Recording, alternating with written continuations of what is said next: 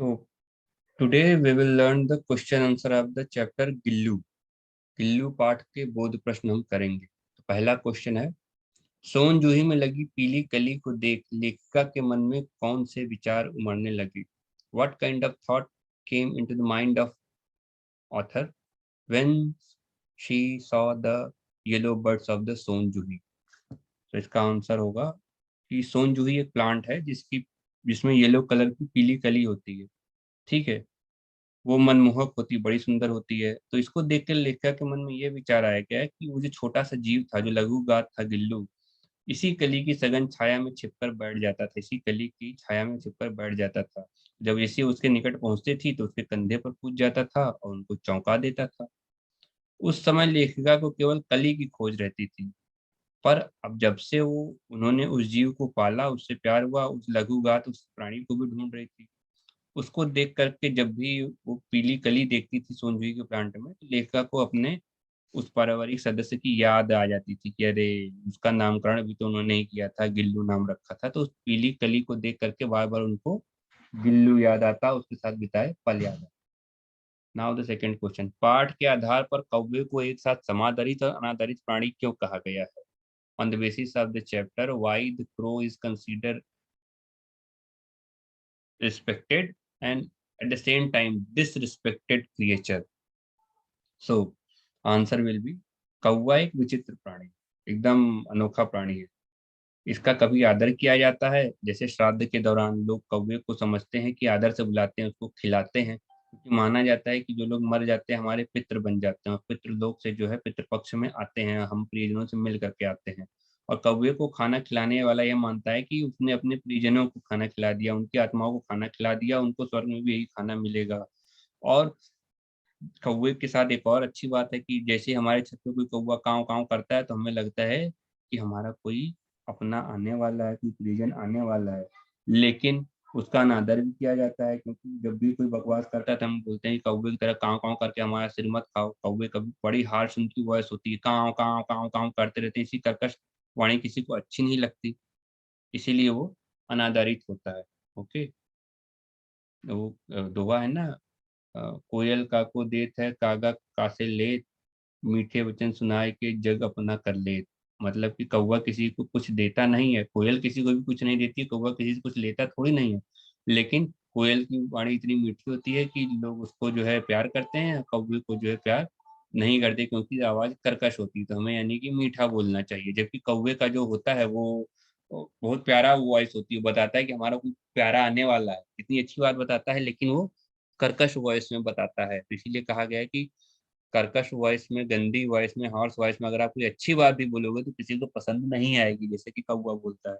ठीक है, और कोयल तो विरह का गीत गाती है, दुख का गीत गाती है, तो भी पसंद आता है, क्योंकि वो मीठी आवाज में बोलती है। इसलिए हमें मीठा बोलना चाहिए, भले ही कितनी भी अच्छी बात हो उसको ऐसी बात नहीं होना चाहिए कि आप अच्छी बात बोल रहे हैं तो किसी भी गंदी लैंग्वेज में, आप किसी भी कर्कश वे में बोल दें। आपको मीठा बोलो, अच्छा बोलो।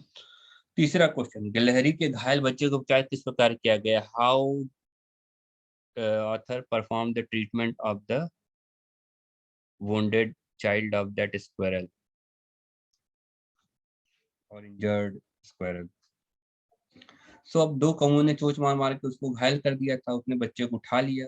अब वो एकदम बिल्कुल निश्चेष्ट सा, एकदम गमले से चिपका पड़ा था। लेखा उसको उठाकर अपने कमरे में लाई और रुई से उसने क्या किया, कॉटन से एक पत्ती बनाई और फिर उसको खून पोंछा, फिर कॉटन की पतली बत्ती बनाकर उसको दूध में भिगोया और बार बार उसके मुंह पर लगाया, किंतु उसका बेचारे का मुंह खुल नहीं पा रहा था, वो चूंकि वो एकदम अचेत था। फिर काफी देर बाद, 3 घंटे तक उपचार के बाद, उसके मुंह में एक बूंद पानी की डाली गई। फिर उसके बाद धीरे धीरे उपचार करते करते 3 दिन बाद वो धीरे धीरे छोटा सा बच्चा सही हो गया। अब नेक्स्ट क्वेश्चन ये पूछ रहा है कि लेखिका का ध्यान आकर्षित करने के लिए गिल्लू क्या करता था? What Gillu used to do to attract the attention of the author? तो जब वो लेखिका थी, लिखने बैठती थी, उसमें खो जाती थी, तो अब जैसे बच्चे होते हैं ना, टेंशन पाने के लिए अपनी माँ का, उनको आकर्षित करने का प्रयास करते, इसलिए वो भी क्या करता था कि पैर तकाकर तेजी से पर्दे पर चढ़ जाता, फिर तेजी से उतरता, पर्दे जो कर्टेन लगा था, कर्टेन के ऊपर ऊपर नीचे ऊपर नीचे ऊपर नीचे उतरता रहता। ये तब तक करते रहता जब तक वो इरिटेट होकर लेकर उसको पकड़ने की नहीं होती, इससे अपना ध्यान उसकी तरफ वो आकर्षित कर लेता था और इस प्रकार सबको हैरानी हुई थी कि कितना इंटेलिजेंट है ये। फिफ्थ क्वेश्चन, गिल्लू को मुक्त करने की आवश्यकता क्यों समझी गई और उसके लिए लेखिका ने क्या उपाय किया?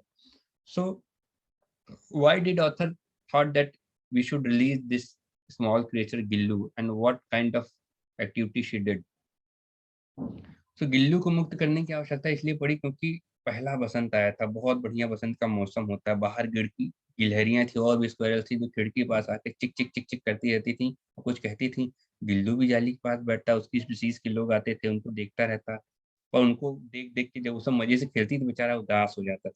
तो उसकी माँ लेखिका ने सोचा कि इसको बेचारे को छोड़ दिया जाए कि ये भी थोड़ा सा खेल ले। लेकिन प्रॉब्लम ये थी कि अदर उसके यहाँ पेट्स थे, डॉग्स भी थे, बिल्ली भी थी, तो उनसे रक्षा भी करना था। बड़ा कुछ सोचते उसने जाली का एक कोना खोल दिया और इससे गिल्लू बाहर आता आ जा सकता था। इस प्रकार गिल्लू ने मुक्ति की सांस ली और खूब एंजॉय किया उन लोगों के साथ जाकर।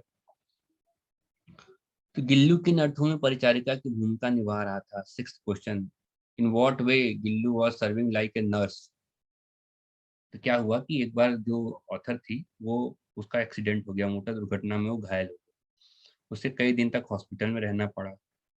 जब वो अस्पताल से आई तब उसने गिल्लू ने उसकी बड़ी सेवा की। वो लेखिका के पास बैठा रहता, उसके तकिए पर सिरहाने बैठकर अपने नन्हे नन्हे पंजों से लेखिका के सिर और बालों को सहलाता रहता था, जैसे कोई परिचारिका या नर्स है हम लोग की मदर हम लोग के हल्के हालों से मालिश करती है या फिर बाल सहलाती रहती, ठीक वैसे ही वो बेचारा करता रहता था। जब तक गिल्लू सिरहाने में बैठा रहता था लेखिका को ऐसा लगता था कि कोई परिचारिका या कोई सेविका उसकी सेवा कर रही है, और जैसे ही वो हटता था तो लगता "ओ, मेरी नर्स चली गई"।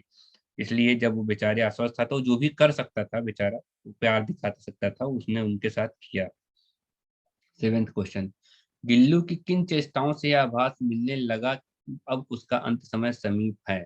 सो what kind of activities Gillu perform that author understood that he is going to die?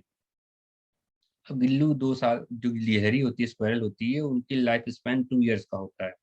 जब गिल्लू का अंत समय आया, जब मरने वाला था, तो दिन रात कुछ नहीं खाया। उसने उसने रात दिन सब कुछ खाना बंद कर दिया, वो घर से बाहर भी नहीं गया। आदमी अंतिम समय अपने झूले से उतरकर लेखा के बिस्तर पर एकदम निश्चेष्ट लेट गया, मतलब एकदम बिना एक्टिविटी के लेट गया। उसके पंजे पूरी तरह ठंडे हो गए थे। जैसे आदमी मरने लगता है, हाथ पैर ठंडे होने लगते हैं ना, वैसे उनके भी ठंडे, क्योंकि ब्लड सर्कुलेशन रुक जाता है। ये भी हम लोग वार्म बॉडेड एनिमल, स्क्वायरल क्या है, मैमल्स हैं, ये भी वार्म बॉडेड एनिमल्स हैं। तो जैसे जैसे उसका डेथ होने लगेगी, ब्लड सर्कुलेशन धीरे होने लगेगा, उसके पैर ठंडे होने लगेंगे। अपने ठंडे पंजों से लेखा की उंगली पकड़ के उसके हाथ से चिपक गया। अब उसने लेखक ने सोचा ठंड लगे, इसको हीटर जलाया, उससे गर्मी हुई, लेकिन उससे कोई फायदा नहीं हुआ। और सुबह होने तक जैसे ही उषा की पहली किरण आई, अर्थ की पहली रे, सॉरी सन की पहली रे आई, गिल्लू दूसरे लोक में जाने के लिए हमेशा के लिए सो गया था। नाउ द एट्थ क्वेश्चन, प्रभात की प्रथम किरण के स्पर्श के साथ ही वह किसी और जीवन में जागने के लिए सो गया का आशय स्पष्ट कीजिए। सो प्रभात की प्रथम किरण, the first ray of the dawn, स्पर्श means touch the Gillu, and by this he prepared to awake in the next life, and for this he slept, means इसका आशय था स्पष्ट। इसका मीनिंग बताइए कि अब वो लेखिका कह रही है कि जैसे ही सुबह की पहली किरण लगी तो किसी और जीवन में जागने के लिए, मतलब किसी न्यू लाइफ में, न्यू बर्थ लेने के लिए, नई लाइफ में बर्थ लेने के लिए वो उसकी डेथ हो गई। इसका आशय स्पष्ट कीजिए। सो उसका मतलब ये हुआ, इसका आंसर में ऐसे दे सकते हैं कि जो हमको जीवन मिलता है सबको, उसमें दो चीजें होती हैं, एक लाइफ होती है, डेथ होती है। जीवन होता है, मरण होता है। अब जीवन होती है तो हमें खुशी होती है, मृत्यु होती है तो दुख होती है, क्योंकि मृत्यु अनदर लाइफ का इंडिकेशन है। अब बिल्लू डेथ हो गया। अब वो सुबह को उजाला पुनः फैलने के साथ ही वो मृत्यु की गोद में समा गया था। अब सब लोग बहुत दुखी थे, जब कोई पाला पोसा गया था वो छोड़कर चले जाते हैं तो जीवन की अनुभूति दुखद हो जाती है। तो एकदम फैमिली मेंबर की तरह था उनके लिए। लेकिन थोड़ी देर बाद वो बेचारी की डेथ हो गई है। वो यही सोच रहे हैं कि मृत्यु पर किसी का वश नहीं चलता, अब किसी और प्लेनेट पे, किसी और लाइफ में, किसी और योनि में पैदा होने के लिए उसकी डेथ हो गई है। अब इसलिए सब लोग बहुत दुखी थे। Now the ninth question, last question, सोनजूही की लता के नीचे बनी गिल्लू की समाधि से लेखिका के मन में किस विश्वास का जन्म होता है? सो उसने उसके नीचे समाधि बना दी थी। सोनजूही का जो प्लांट था, सोनजूही की लता जो प्लांट थी, सोनजूही का जो प्लांट था, उसके नीचे उसने गिल्लू की ऐसे एक समाधि बना दी थी कि अब वो किस विश्वास से उसने समाधि बनाई थी। पहला विश्वास तो ये था कि उसको बड़ा अच्छा लगता था। अब वो मृत्यु के साथ पुनर्जन्म में भी सोचती थी कि मृत्यु के साथ पुनर्जन्म होगा, फिर से next birth, rebirth, again life होगी। अब वो सोच रही थी कि गिल्लू सोनजूही से बड़ा प्यार करता था, इसलिए उसके नीचे उसकी वो समाधि बना दो, और उसकी सघन छाया में छिपकर बैठ जाता था, उसको बड़ा प्यार करता था। और उसकी हरियाली की तरह उसको पसंद भी थी वो जूही सोनजूही। अब वो सोनजूही में जब भी कोई बर्ड आती, कली आती, तो उसको लगता है कि उसी की आत्मा, उसी की सोल कोई नया लाइफ ले रही है, नई बॉडी लेकर के आ रही है। गिल्लू की ही सोल सोनजूही की कली की के रूप में नई बॉडी में आ रही है, तो उसको लेकर बड़ा अच्छा लगता था कि इसी तरह वो भी किसी दूसरे लोक में फिर से जन्म पा जाएगा। तो इसी कामना के साथ वो जो है, लेखक का विश्वास था कि जब भी सोनजूही की कली में लता में कली लगेगी, सोन उसकी जो आत्मा जो है दूसरे बॉडी में आएगी। अब जीव का लौटना तो संभव होता है, लेकिन एक अपूर्ण सी कामना होती है हमारे मन में कि चलो फिर से उसका कोई बर्थ होगा, कहीं और होगा। इसी मनोकामना के साथ वो लेखिका जो है, उसी विश्वास के साथ वो एकदम आश्वस्त रहती थी। तो इस प्रकार गिल्लू के हमने सारे क्वेश्चन आंसर पढ़ लिए।